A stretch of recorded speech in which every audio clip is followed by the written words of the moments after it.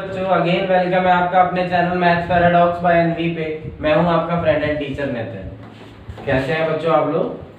अच्छे हैं? ओके। देखिए आज हम लोग क्लास 9 का पॉलिनोमियल सेक्शन स्टार्ट करने वाले हैं।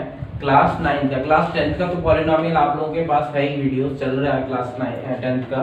तो क्लास 9 का आज हम लोग लेक्चर फटाफट रिकॉर्ड करते हैं जो कि है पॉलिनोमियल।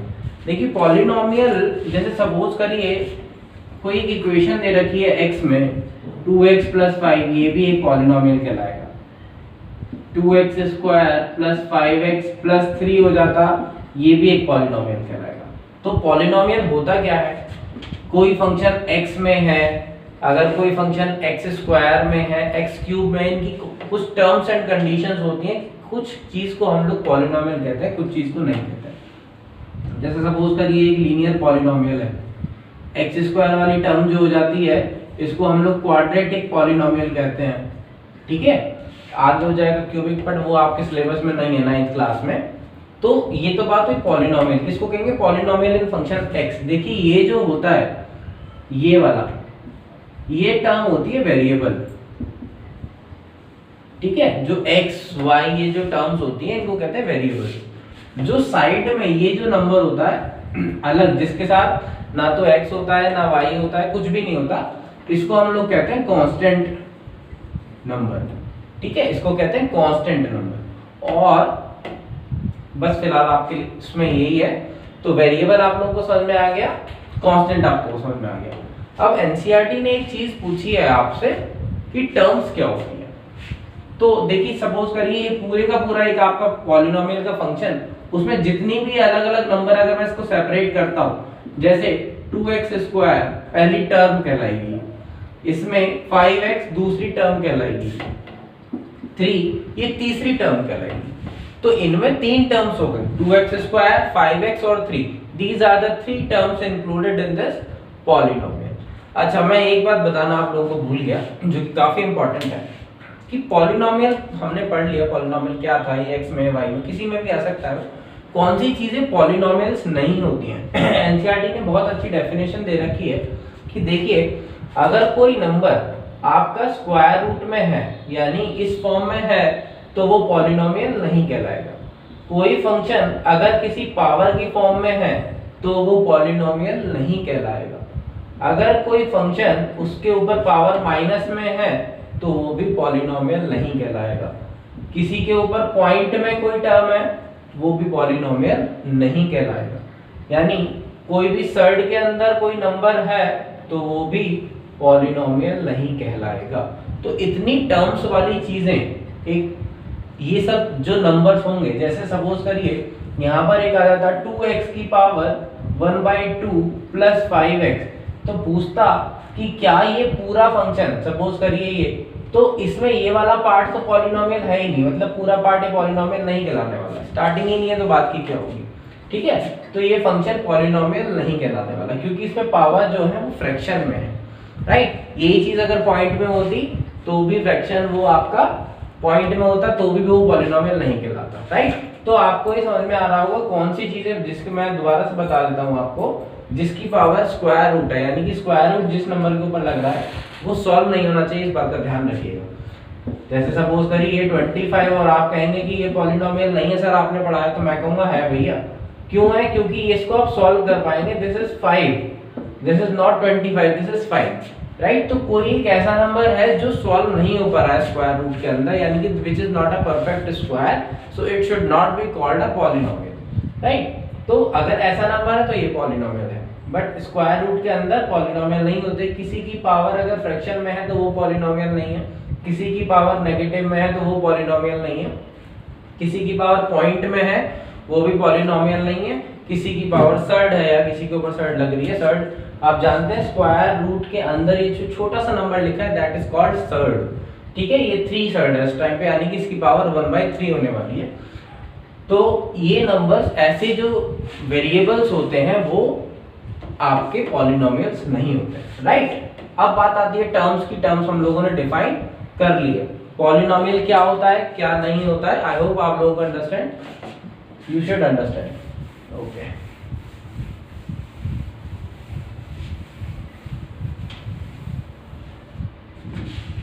बढ़ते हैं नेक्स्ट आगे। तो जैसे सपोज करिए एक टर्म है कोफिशिएंट। मेरी टर्म्स को आप लोग साइड बाय साइड लिखते रहिएगा अपनी लैंग्वेज में। वैसे तो मैं बताने की पूरी कोशिश कर रहा हूँ, बट फिर भी जैसे सपोज करिए ये नंबर है 2x + 5x, 2x² + 5x plus कुछ भी ले लीजिए 4। तो इसमें मेरे से वो पूछेगा find the terms and the coefficient. Coefficient पूछेगा, ध्यान रखिएगा टर्म तो मैं आपको बता चुका हूँ।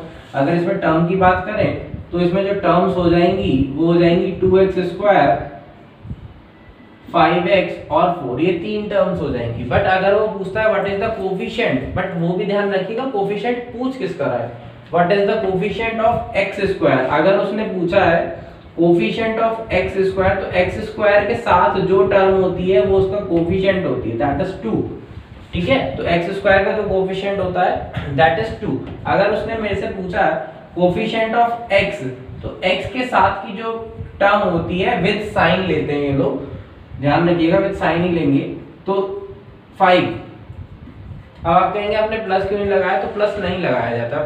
प्लस इसलिए नहीं लगाया जाता क्योंकि अगर कोई सिंबल नहीं लग रहा है तो that is already understood that it is plus. But yes of course if it would be minus, यहाँ पर -5 होता तो मैं जरूर उसको मैं -5 लगाता, क्योंकि माइनस सिंबल हम लोगों को रिप्रेजेंट करना होता है, राइट। तो अब आप लोगों ने पढ़ ली टर्म्स क्या होती हैं, आप लोगों ने पढ़ लिया कोफिशिएंट क्या होता है। अब मैं थोड़ा सा आगे बढ़ता हूँ। उसमें एक चीज और पूछी है, डिग्री। ये डिग्री क्या होती है? देखिए कोई भी एक पॉलिनोमियल है, ये कोई फंक्शन दे रखा है आपको, तो उसकी जो हाईएस्ट पावर होगी सीबीएसई के अकॉर्डिंगली जो हाईएस्ट पावर होती है उसको हम डिग्री कहते हैं, द हाईएस्ट पावर। जैसे सपोज करिए 2x³ + 5x² + 6x + 2, तो इसमें जो हाईएस्ट पावर है वो 3 है, तो the degree of this equation is 3। इसकी जो डिग्री हो जाएगी वो 3 हो जाएगी, राइट। इस इक्वेशन की जो डिग्री होगी, अगर मैं इसकी बात करूं तो इसकी हाईएस्ट पावर 2 है, तो इसकी जो डिग्री हो जाएगी वो हो जाएगी 2। तो जो हाईएस्ट पावर होती है, the highest power is called degree. आपको ये पता होनी चाहिए बात, राइट। तो टर्म्स आपको समझ में आ गई, कोफिशिएंट आपको समझ में आ गया, डिग्री आपको समझ में आ गई। अगर आप लोगों ने अभी तक मेरी वीडियो को लाइक एंड शेयर नहीं किया है तो प्लीज उसको लाइक एंड शेयर करते रहें, ताकि और भी बच्चे इसको देख पाए। और जो बच्चे नए जुड़े हैं मेरे साथ, अगर उन लोगों ने अभी तक मेरे चैनल को सब्सक्राइब नहीं किया है, that is maths paradox by NV, तो आप लोग उसको सब्सक्राइब कर सकते हैं, राइट। नेक्स्ट एक टर्म मैंने आपको बताया था, कांस्टेंट पॉलिनोमियल। तो ये कांस्टेंट पॉलिनोमियल क्या होता है? देखिए जो कांस्टेंट नंबर होता है, जैसे सपोज करिए 2x² + 5x + 3, जो लास्ट में नंबर होता है 3, दैट इज 3, ये कांस्टेंट पॉलिनोमियल कहलाएगा। कोई भी नंबर हो सकता है इसमें, ये नहीं 5 भी हो सकता है, ये भी कांस्टेंट पॉलिनोमियल है, राइट। 6, 7, 8 जो भी आप लेना चाहें वो कांस्टेंट पॉलिनोमियल होता है। बट एक चीज होती है जीरो पॉलिनोमियल। तो जीरो पॉलिनोमियल क्या होता है? देखिए जो कांस्टेंट पॉलिनोमियल है, यही जो कांस्टेंट नंबर है, यहाँ पर अगर ये जीरो हो जाए, जैसे सपोज करिए 2x² + 3x प्लस कुछ नहीं होता तो मैंने जीरो लगा दिया, तो ये जो जीरो होगा that is called zero polynomial, ठीक है। तो जीरो पॉलिनोमियल क्या होता है? वो कांस्टेंट नंबर जो खुद जीरो है, यानी कि ये वाली टर्म अगर जीरो है तो इसको हम लोग कहने वाले हैं जीरो पॉलिनोमियल, राइट। चलो आगे, ओके। देखते हैं नेक्स्ट क्वेश्चन क्या मिलने वाला है। ओके, ये भी हो गया, ठीक है, अच्छा, ओके, कोई बात नहीं। देखिए पॉलिनोमियल, नेक्स्ट टॉपिक जो डिस्कस वो करने वाले हैं हम लोग, पॉलिनोमियल इन वन वेरिएबल क्या होता है? पॉलिनोमियल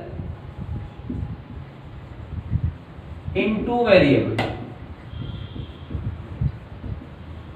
ये क्या होते हैं, राइट। तो पॉलिनोमियल इन वन वेरिएबल, जैसे सपोज करिए px, राइट, px यानी कि x² प्लस 5x प्लस कुछ भी ले लो आप 1 ले लो। तो ऐसा नंबर जिसमें सिर्फ एक ही वेरिएबल है, या तो x या y, तो ऐसे जो पॉलिनोमियल होते हैं वो होते हैं 1 वेरिएबल। 9th क्लास में आप में यहीं तक है। पॉलिनोमियल इन 2 वेरिएबल्स, सपोज करो x y आ जाए कहीं या a भी साथ आ जाए, तो ऐसे जो पॉलिनोमियल्स होंगे वो कहलाएंगे polynomial in 2 variables. Okay, so what we have learned that a polynomial x, single x, if it is x it is called polynomial in 1 variable। ये भी पॉलिनोमियल इन 1 वेरिएबल ही कहलाएगा। अगर ये y में है, ये किसी में भी हो सकता है, कुछ भी हो सकता है, ठीक है। z में होता तो वो भी बस एक वेरिएबल में होना चाहिए, either it should be x, either it should be y, whatever it is। so polynomial in 1 variable, polynomial in 2 variable, right। जैसे अगर मेरे से पूछेगा कि ये पॉलिनोमियल इन 1 वेरिएबल है या पॉलिनोमियल है, बिल्कुल है। देखो पॉलिनोमियल तो है क्योंकि इसमें x की जो पावर है वो 1 है, तो पॉलिनोमियल तो है। ये पॉजिटिव होनी चाहिए, इसको कहते हैं होल नंबर भी हो सकता है, ठीक है। तो नेगेटिव नहीं होनी चाहिए, नेगेटिव नहीं है, पॉइंट में नहीं है, फ्रैक्शन में नहीं है, सर्ड में नहीं है, रूट में नहीं है। तो ऐसे जो होते हैं उनको हम पॉलिनोमियल्स कह सकते हैं। अब वो कहेगा इसकी डिग्री बताओ, तो डिग्री मेरे पास 1 हो जाएगी। टर्म पूछता है तो 2x और कॉमा 5, ये इसकी टर्म्स हो जाएंगी। x का कोफिशिएंट पूछेगा तो x के साथ वाली टर्म जो होगी वो इसका कोफिशिएंट हो जाएगी। अब उसने मेरे से पूछा है whether it should be polynomial in 1 variable or not, तो yes it is polynomial in 1 variable because it is contained only x, सिर्फ x है इसमें, तो it is a polynomial in 1 variable, right? okay, next जो topic लिखा हुआ है, देखिए अभी हम लोग बेस बना रहे हैं अपना, नेक्स्ट लेक्चर में हम लोग इसका क्वेश्चंस को डील करेंगे, राइट। एक टर्म आप लोगों को और समझनी है, that is your zero number, नहीं कह रहा हूं मैं, zeros of polynomial, that is not much important, ठीक है। इस टर्म को ध्यान से समझिएगा, zeros of a polynomial क्या होता है। देखिए अगर सपोज करो मैंने एक एग्जांपल लिया 2x plus 5, तो जीरो ऑफ अ पॉलिनोमियल क्या होगा कि इस x की वैल्यू, ये जो x है इसकी क्या वैल्यू रखूं मैं कि ये पूरी वैल्यू 0 बन जाए। मैं दोबारा बोल देता हूं, जीरो ऑफ अ पॉलिनोमियल क्या होगा, इस x की क्या वैल्यू मैं रखूं कि इस पूरी टर्म का जो सॉल्यूशन है, सॉल्व करके इसको 0 आए। तो उसका निकालने का तरीका क्या होता है, देखिए जिसकी भी आपसे कहता है कि फाइंड द जीरो, तो उस टर्म को आप उठा के इक्वल्स टू 0 रख दो। उसने कहा कि find the zeros of the polynomial, तो मैंने उस टर्म को उठा के 0 रख दिया, तो 0 रख दिया तो 2x इक्वल्स टू उधर जाके -5 और x इक्वल्स टू -5/2, यानी ये वो x की वैल्यू है जो यहाँ पर मैं रखूंगा इस x में, और ये वैल्यू 0 हो जाएगी। आप कहेंगे चेक कराइए, तो मैंने चेक कराया, x की वैल्यू -5/2 प्लस 5, 2 से 2 cancel, that is -5 plus 5 that is 0। तो x की वैल्यू -5/2 रखने पर इस पूरी इक्वेशन की जो वैल्यू आ रही है दैट इज 0। सो ये मेरा कहलाएगा x की वैल्यू जो -5/2 है, that is your 0 of the equation इसका। और अगर सपोज करिए मेरे से पूछता है इसका, तो इसका तो आप सिंपल बता देंगे x की ऐसी क्या वैल्यू हो कि इस टर्म को 0 आ जाए, तो x की वैल्यू -2 होगी, राइट। तो -2 + 2 = 0। तो zeros of a polynomial I think आप लोगों को समझ में आ गया होगा। इसको आप 10th क्लास में जब आप लोग आगे बढ़ेंगे तो इसको रूट्स भी कह देते हैं, इसको इसके फैक्टर्स भी कह देते हैं। There are numerous names of a single thing, एक ही चीज के बहुत सारे नाम होते हैं। अभी फिलहाल आप लोगों को इसके जीरोस पे बात करनी है। तो देखिए ये जो वीडियो है मैंने जो रिकॉर्ड करी थी, ये सिर्फ आप लोगों को बस समझाने के लिए रिकॉर्ड करिए कि पॉलिनोमियल जो 9th क्लास का सेक्शन है उसमें क्या क्या चीजें हैं। तो पॉलिनोमियल क्या होता है वो आपको बता दिया, कौन कौन सी टर्म्स जो पॉलिनोमियल नहीं होती, जैसे पावर रूट में आए, फ्रैक्शन में आए, पॉइंट में आए, नेगेटिव में आए कोई वेरिएबल की पावर, तो वो ऐसे नंबर्स को हम लोग पॉलिनोमियल नहीं कहते। दूसरी बात, टर्म्स क्या होती हैं वो आप लोगों को क्लियर हो गई इस वीडियो को देख के। कोफिशिएंट x का पूछ रहा है, x² का पूछ रहा है, डिग्रीज में वीडियो में हम लोगों ने डिस्कस कर लिया है, कांस्टेंट पॉलिनोमियल डिस्कस कर लिया है, जीरो पॉलिनोमियल हम लोगों ने डिस्कस कर लिया है, right. Zeros of the polynomial हम लोगों ने इस वीडियो में डिस्कस करेंगे।